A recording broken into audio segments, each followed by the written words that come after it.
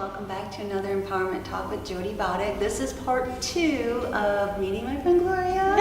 And she's got some really, they're rubbery things here. But it's really like I go, this is it? So I want you guys to kind of get a really good idea on setting your plate. I think that would be really informative. Yeah, I think first time we talked a little more about the emotional part of food, just slightly addressed that, but I think we do need tips, and we talked about making sure you have color within your day, and each meal, making sure there's something of color, green, yellow, red, but how does that look when it comes to the whole plate? So I want to give some simple tips that instead of always thinking about what to eat, what not to eat, let's think about what maybe the plate looks like, and again, easier tips to follow on a regular basis. So I have my little model here, and it is a plate, and so I want you to first go home and look at the size of your plate. Right? Yeah. You really should be eating off of a salad plate, not your dinner plate. So I usually take your hand and put it on the plate. See how wide your plate is. If it's bigger than your hand, the width of your hand, then maybe it's too big of a plate and you need to downsize. So 7-inch plate or smaller is really what you should be using all the time. Okay? So then the other part of it is that you want to have half your plate vegetables and fruit. So half of it. Then you have a little portion for some kind of carbohydrate. And on this picture here, it's a piece of whole grain bread. But this is a serving of pasta. So this serving of pasta, though I wish it was whole grain, or it could be gluten-free, whatever, or it could be your spaghetti squash.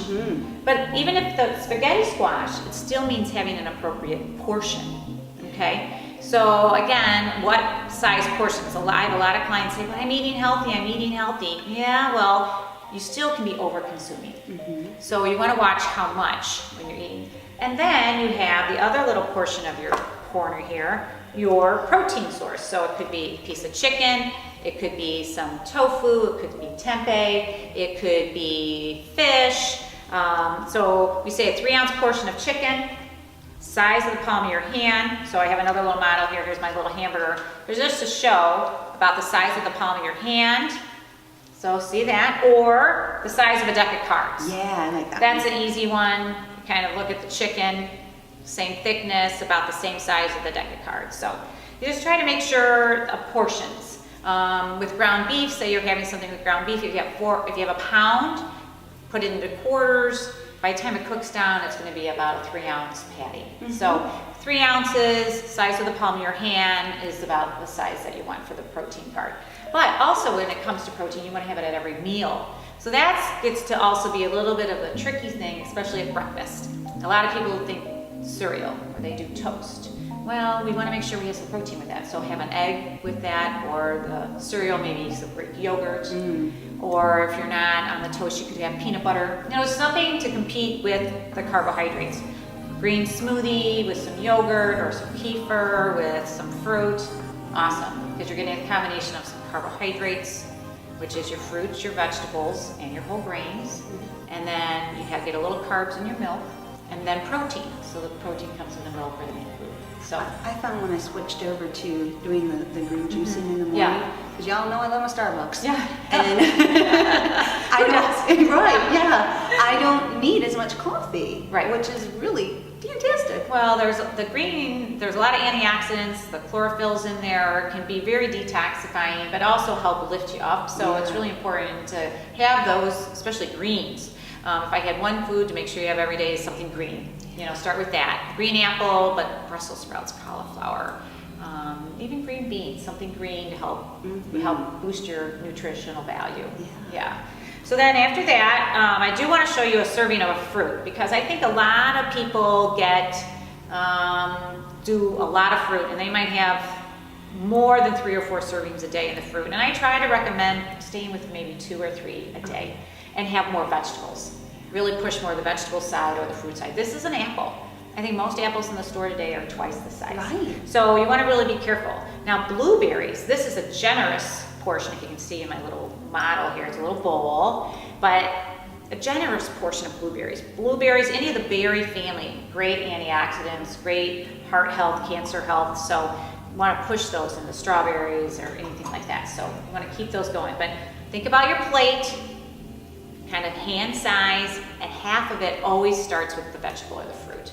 And then you have the meat and the carbs are like sides. Yeah, Not instead the of main. your on, yeah, exactly. Not the main thing. So best way to kind of go about that. And then also when you're setting your plate, what environment are you in?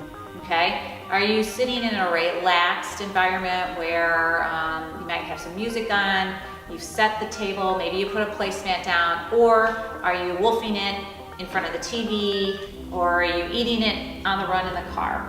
That especially, yes, you know, Yeah. we're busy now. Yeah. And not that our parents weren't busy, but we're busy in a different way, and that's so true. Well, and it also sets the ability of your digestive system to actually do the work. So when you sit down in a more relaxed setting, the ability of your GI system to help with the absorption, it's amazing how a less stress response will increase absorption rate. So when we are stressed or when we're eating, I say mindlessly, you're missing out on all the nutritional value a lot of times. So rethink where you're eating. Most of the time when we are eating in a rushed fashion or in front of the TV, it's not usually healthy.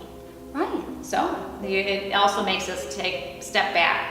So I try to coach my clients to really eat only in the kitchen, you know, sitting down, eat a little slower, put some music on if you have to. Try not to be on your phone texting or working, you know. Give yourself at least one of your meals a day peaceful. I mean, I know it's hard. I know it can't happen all the time, but if you try at least one meal, it could be breakfast, it could be lunch, it could be dinner. It's amazing how slowing down and being more mindful, the quantity of food can go down without you having to change all your food and just eat less. So it's a great way. And that's also going back to the first video about, you know, just like appreciating what you're eating. So like when you're rushed, you're not grateful most of the time. Right. So if you're sitting down, it's like, I'm grateful for this meal, you know, and it just changes everything. I like that. Yeah, and you know, you make better choices. Yeah. When you take a little bit of time to slow down. And I have to, most people, you know, when the TV is on, not a lot of good food choices happen. Yeah. So That's true. Even if you just think about just turning the TV off, so maybe you can't move to the kitchen yet, but you're going to eat without the TV on, that is an awesome start. Right. It's those distractions that also then too doesn't let you really have maybe that mind talk. And if you're eating something that maybe isn't the healthiest and you're stepping away from the TV, you might be asking, okay, am I eating this? Why am I eating this? And the first thing you need to be asking yourself is, are you hungry? Right. Is it habit or are you hungry or bored? Yes. Because a lot of people are eating just to eat. And again, going back to our first talk, was eating to avoid eating because there's something else going on that they don't really want to address.